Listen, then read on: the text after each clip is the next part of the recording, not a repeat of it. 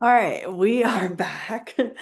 The power went out. That is one of the realities that exist being a digital nomad in Mexico. But let's hop right back into it with urgency and scarcity tactics. So, this is something like putting pressure on people to join in a certain time frame rather than respecting their intuitive rhythm and knowing and giving the spaciousness to allow someone to come to a decision for themselves in their own time. I was in the DMs chatting with someone who had a similar message to me with um, wild woman, feminine CEO archetypes. And so we were chatting back and forth, and she's like, "Hey, like, can we get on a call to connect?" And I was like, "Okay, sure, let's do it." And quickly I realized we were not on a connection call, we were on a sales call, and she was trying to hard close me. And I just was not resonant with the way that she was selling, structuring her offers, the content in her offers. I was not her target client or her soulmate client, right? There wasn't that soul resonance and alignment there at all. And so we kind of got into this like power play where I let her finish her pitch and then gave her some feedback to which she got really defensive and basically was saying that if I wanted to be successful in my business and have more clients, that I too needed to sell in the way that she was in a high pressure situation, and that the urgency and pressure was the sting that gets people in. Well, this works if you're working with and attracting clients who have never launched an offer before, don't know what they're doing, are looking to outsource their power, and you are here to reinforce that dynamic of the answers exist within my offer outside of yourself. And that is not for me. So then we have scarcity, our good old friend that hacks into our primal drive for safety and security and sustenance and belonging. So this is like very limited spots, only this many spots left, and then the price increases, right? The urgency scarcity are like two sides of the same coin. And they both hook into our mother and father wounds, are too muchness, not enoughness. And this is like, again, unconscious flow of energy. And it's very different, but can look the same on the surface if you actually are going to cap your space at a certain amount of people. And that's authentic.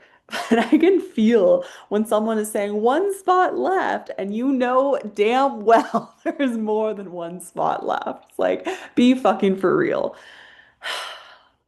The frequency of truth is always going to resonate with me more, and the orientation towards transparency and authenticity is always going to resonate with me more than urgency and scarcity tactics. And so I am consciously unconditioning these from the way that I am selling.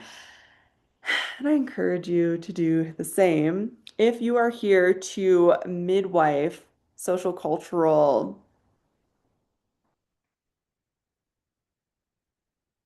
shifts, paradigm shifts, to usher in regenerative leadership in this ancient remembrance of the village, right? There's always enough for everyone, and there is no pressure for time for you to say yes to something in a way that's going to benefit somebody else, but maybe it is hijacking your dopamine and serotonin and cortisol and adrenaline systems rather than producing that genuine connection and oxytocin. Okay, next, where speed, productivity, and financial results are virtue signaling. When someone is positioning themselves and their value and being in their world as something that is going to collapse time, that is going to increase your output and increase your financial returns. And that is the main value proposition. It's again like hacking into those same pathways. So I'm just bringing you all the way around the disco ball to show you what is going on unconsciously and how these strategies are perpetuating outsourcing power. Okay. Again, money and groupthink. This is your era to detox cult mentality. Just because there are hundreds of people that are saying, like, this thing is the shit, get in here, doesn't mean it's the shit. It just means that that shit is loud. And it will hack our tribal need for belonging to go against the group, especially once we've already invested financially, right? We've already bought into it and we're like, wait, like this isn't for me. Then there's this like reselling and this, I heard a lot that like sociology is stronger than psychology. And that is leverage to keep people inside of an ecosystem based on outsourced power versus actually leveraging positive sociology of creating those deep, intimate bonds that are rooted in soul resonance versus in our ego's defenses to protect ourselves and our current identities and the illusion of status, prestige, and belonging to something outside of ourselves. And this is where we see the difference between transactional versus transformational relationships, where one is extractive. It's like, I want to get you in the door, be ruthless about it. All means necessary to receive X amount of dollars,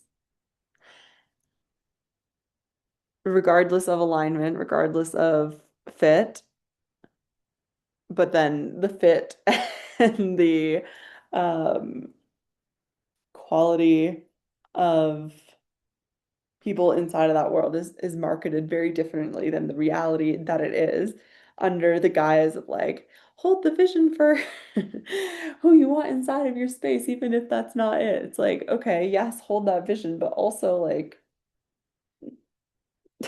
who you fooling out here with your delusion, right?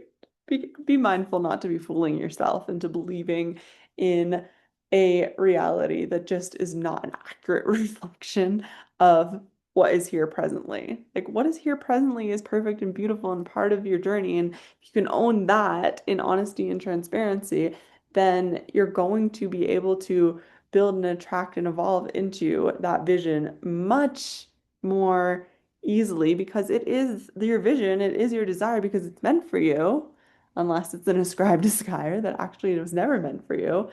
It will manifest through your aligned action regardless. Do you want to do that through distortion and manipulation or through truth and genuine connection? Right? Okay. When we are creating relationships that are truly transformational, not just like the transformation in the transaction that hacks into the social programming of prestige based on social class and financial um, financial standing.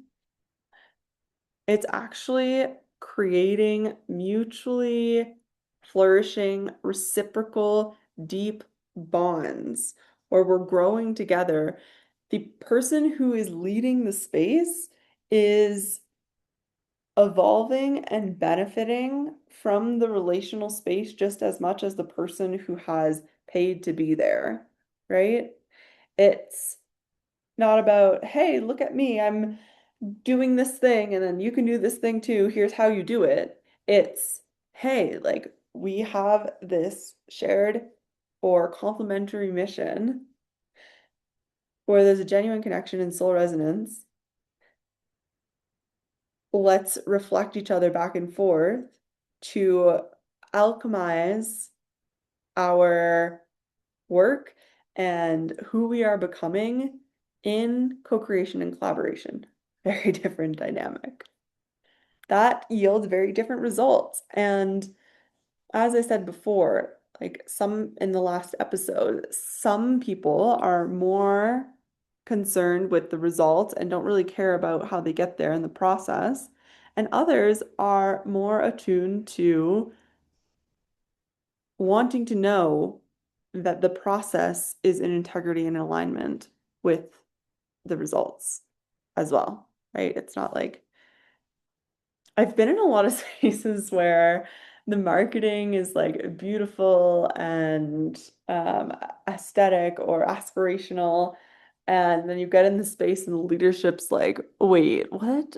Like, this is not what I thought I bought. And through that process, I've actually refined my discernment.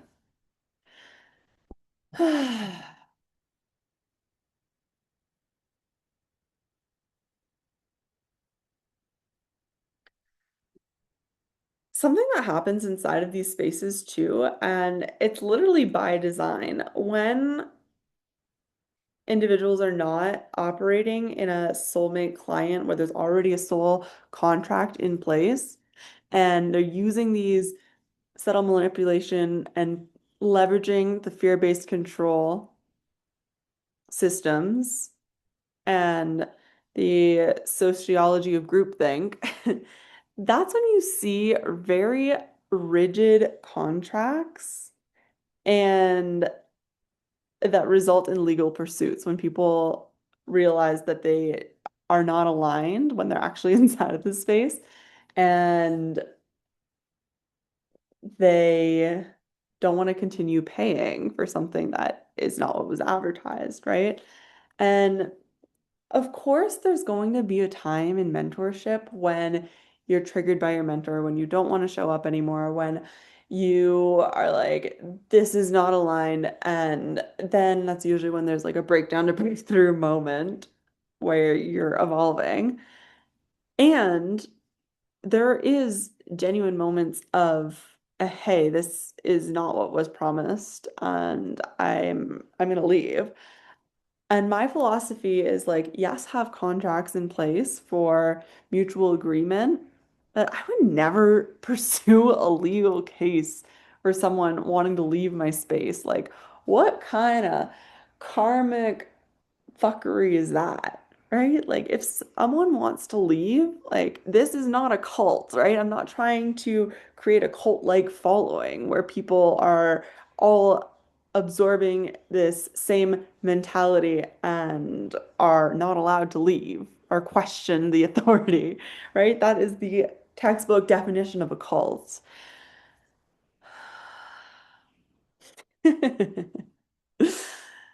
Okay, stay with me.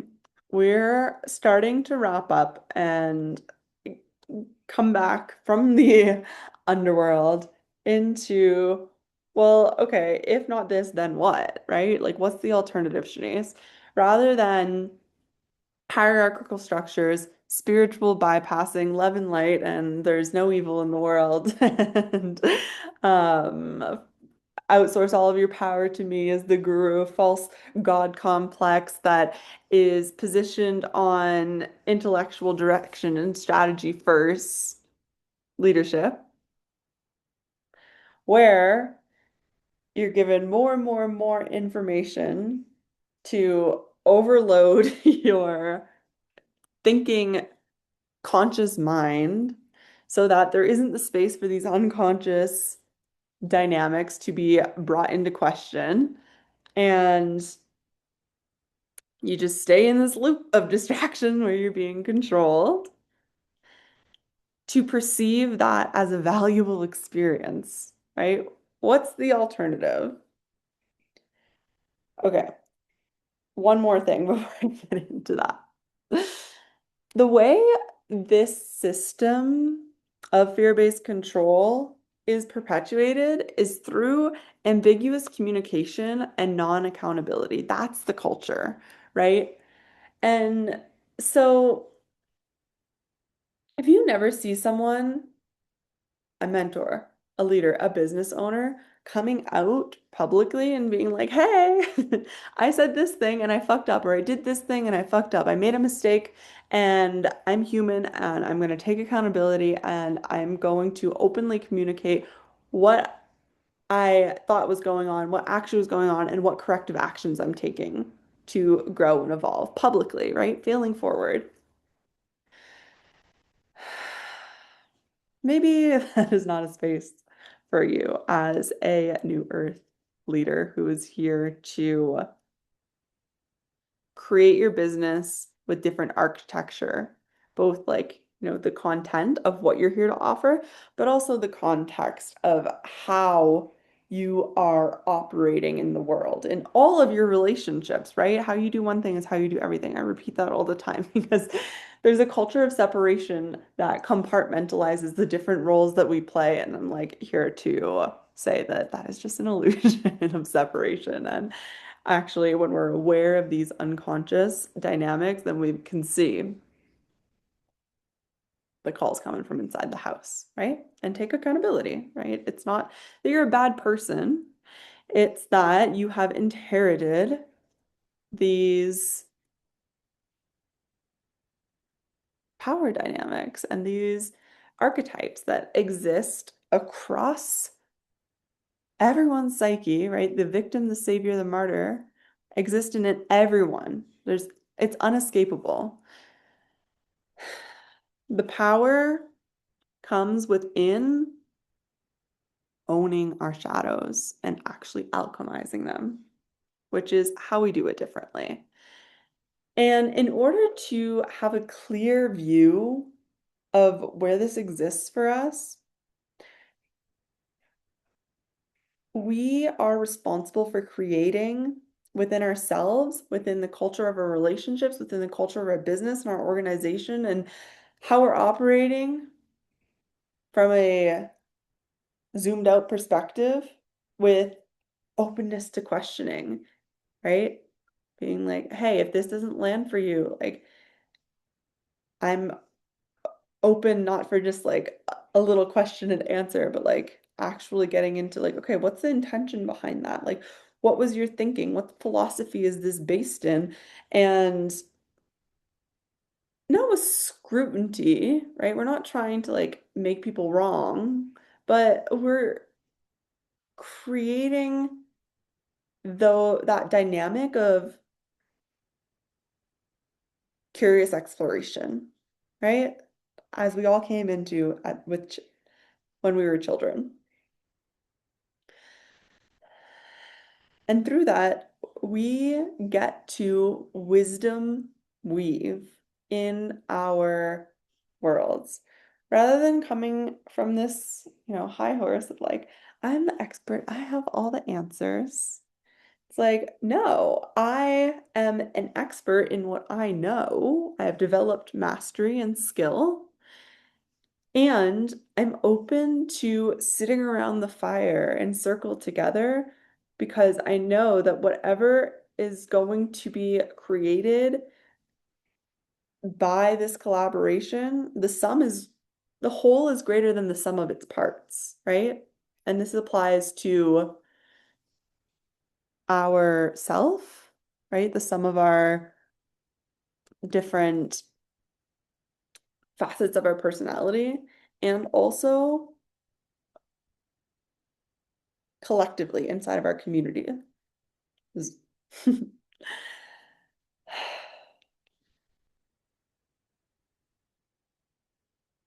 And when we cultivate both this openness to being questioned, this explorative curiosity, and wisdom weaving, then there is the next step is failing forward with transparency. And a reason why a lot of people are scared to do this is because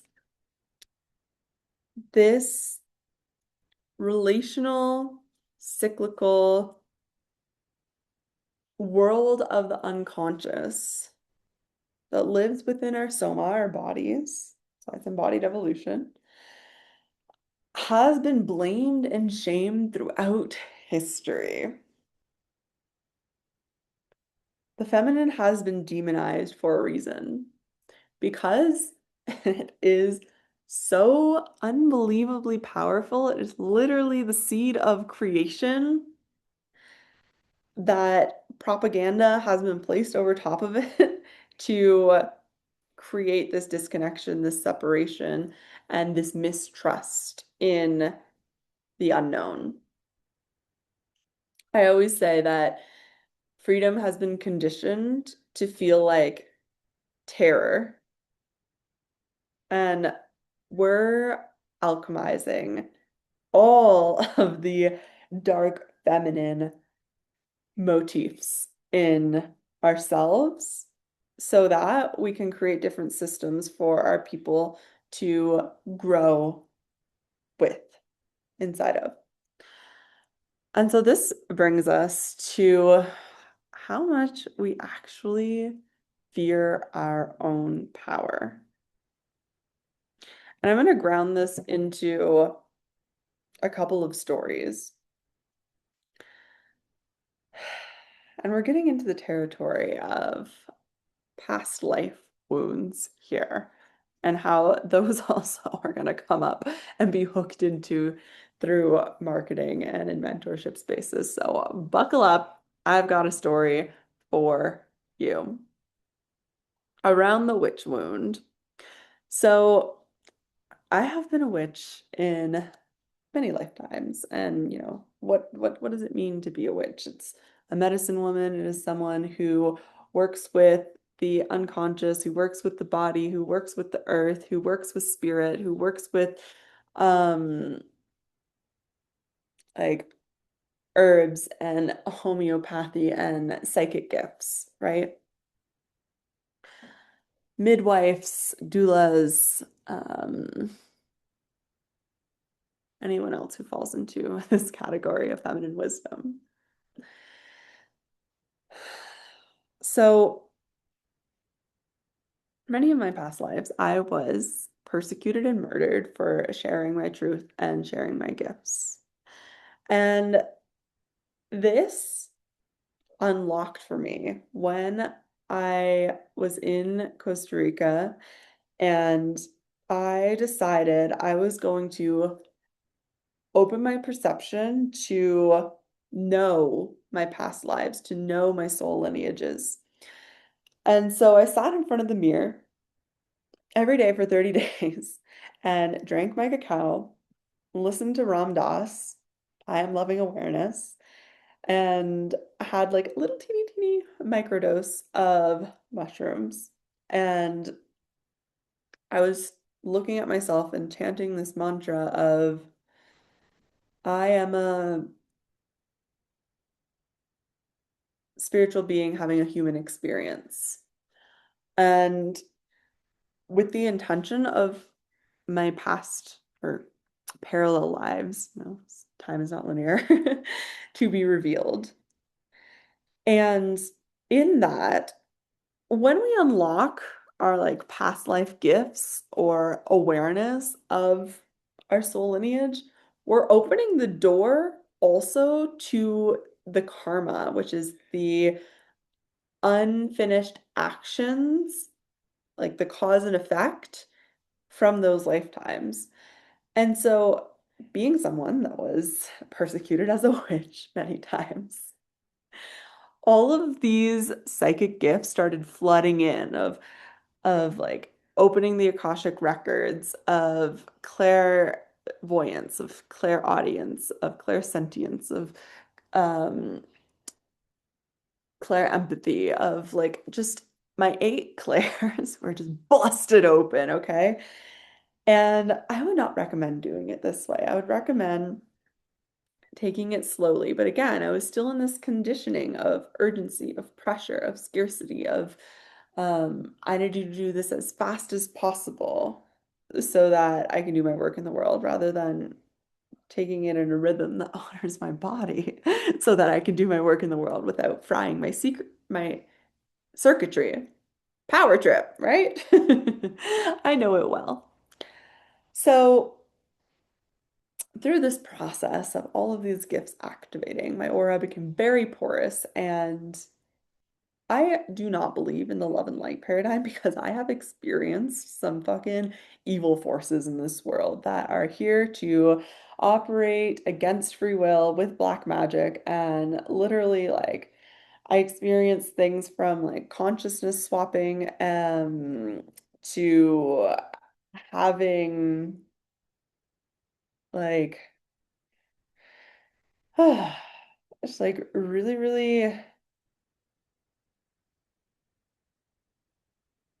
trickstery energy that like took over my body, and I did things that harmed myself and opened up my energy field to be harmed by other people,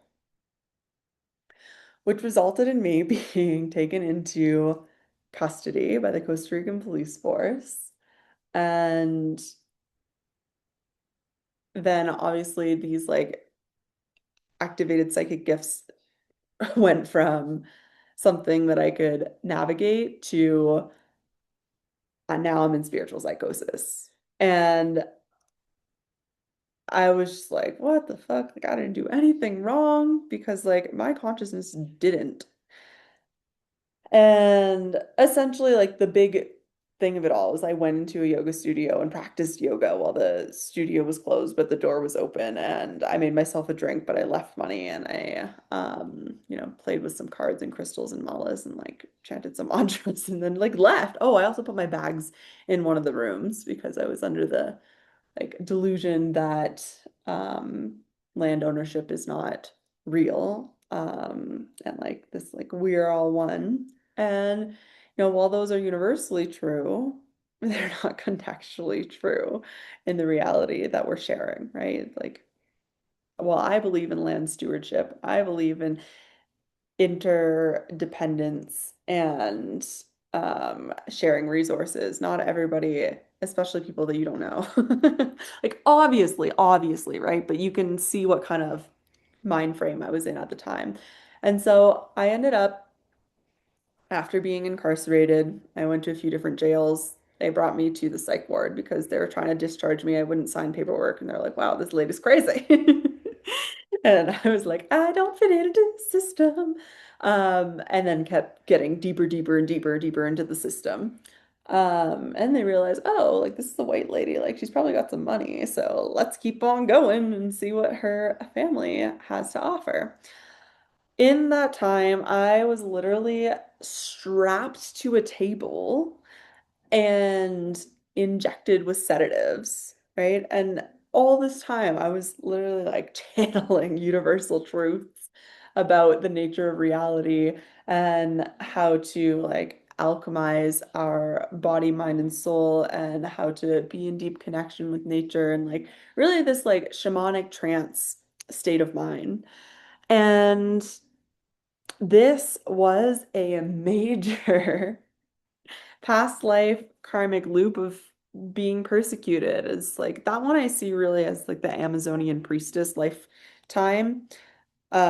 Just because like it was in the jungle. I was trying to get in the jungle, and I was trying to like I was so connected with the consciousness of the jungle, and I still am. Like I love, love, love, love, love the jungle. I feel most at home there. And so that's really what I wanted. I wanted to merge fully with the consciousness of the jungle, and instead got persecuted in the system. So the reason I share this with you is because these these like latent powers come with karmic duty and responsibility for us to sort through. And I'm not saying that like you unlock your past lives and like this is gonna happen to you. This has just been my path because I was trying to do it alone. I was power tripping and I was not integrating through my body. It was like very mind-based, dissociative, um, etheric spirituality at the time. Lots of spiritual bypassing, didn't have an understanding of the nervous system or trauma in the slightest, even though I'd experienced a fuck ton and ended up experiencing a lot more. However, through this process, I did end up connecting with this vision of the farm, the eco-residential retreat centers, of rebuilding the village, of land-based sovereignty, of building new economic systems and social structures, right? That was the idea, but I was just really going about it within the old architecture, right? And it's not coherent, it's not going to work. So for those of you who are moving through your business as a vehicle for your soul mission and integrating your past life gifts to build a vision of an ancient future in remembrance of regenerative ways of living in connection and co-collaboration, then it is our responsibility to play with our shadows and to reclaim our inner gold. Because when we think about the shadow, right, it can be these like dense, negative, low vibration emotions. I don't think any emotions are negative or low vibration. I think that, shame, fear, guilt, and rage and grief are all emotions with like a charge, just like any other. It's just our relationship to them that creates that negative concept and frequency around it, right? It's never the thing itself, it's our relationship to it. And so when we're reclaiming our inner gold, yes, it's going to be those like shadows of the collective unconscious of our archetypes of the victim, the savior, the martyr, but it's also our soul gifts and desires, that inner gold that we get to reclaim and be seen in without the fear of our power, because we've moved through an embodied evolution of alchemizing those frozen emotions, of integrating the polarity between our soul desire and our ego desire, the prescribed desires that have been implanted onto us that dilute and distort our original blueprint. And from there, we are literally unfuckwithable and unstoppable. And this is what I call activating your audacious frequency. So to be fully expressed, to allow energy to move through your body, to show up in your empowered vulnerability, to speak your motherfucking truth, even if your voice shakes, to share your soul gifts, to operate within a context that is true to you, right? We are co-creating our reality. And as much as the dominant overculture is going to make us feel shame or fear or blame for our feminine gifts of access to multidimensional realms of reality and co-occurring timelines. That is not something that is meant to be kept in our shadow, right? Especially right now. The energy that is streaming onto the earth is quite literally stewarding this change, this activation for us. And I feel something shifting in my throat as I speak this, right? The more we speak it, the more we share it, the more we normalize it, the more we heal our sisterhood wounds, our mother wounds, our father wounds of these false perceptions of too muchness and not enoughness. That is the process of alchemizing our erotic shadow, erotic being these soul desires of what makes us actually feel alive and turned on and lit up, that isn't hacking our um, adrenaline and dopamine and cortisol systems. It's actually rooted in those bonds of oxytocin, of genuine connection and soul resonance that we can only get to through this process of moving through the layers of emotion that have gathered on top of it, both from this life, of this lineage as an ego, as a human in our families, in our culture, in our society, and our soul lineage of all of the co-occurring lifetimes that we have served from these gifts that is creating this charge that wants to move, that wants to be mobilized, that is actually literally the raw material that the universe, that life is giving us to create with. Okay? And when we do this, when we embody our desire fully, right? When we embody our soul gifts, when we're able to express without delusion or distortion, then we get to be rooted in our authentic power of unconditional love and quantum truth and show up in our genius and actually feel lit up and regenerated by being seen. You've seen my energy grow throughout this podcast, even though there was a power outage midway through. I have more energy at the end than I did at the beginning because I am speaking this truth that the mission that I'm here to serve. I've moved through these rupturous experiences like being in the psych ward, like childhood sexual assault, like many other sexual assault experiences through that narcissistic abuse, name it. I came here to rise through it all. And in that process, I am shifting the context of my reality and alchemizing those emotions, the terror, the fear, the grief, the shame into action. And it hasn't always been this way. I want to start to close us off with one more story of transformation of when I first came back from Costa Rica, all of this stuff. I'd done like, I don't know, a million different certifications because I was still outsourcing my power to credentials and rooted into this father wound of I need to prove my worth, and in this mother wound of like I'm too much. So I was operating within the context of being a Reiki master, and I had this like soft pink branding, like subdued tones, and I was just saying the same shit that every other like healer on the internet was saying. It was not sharing my story.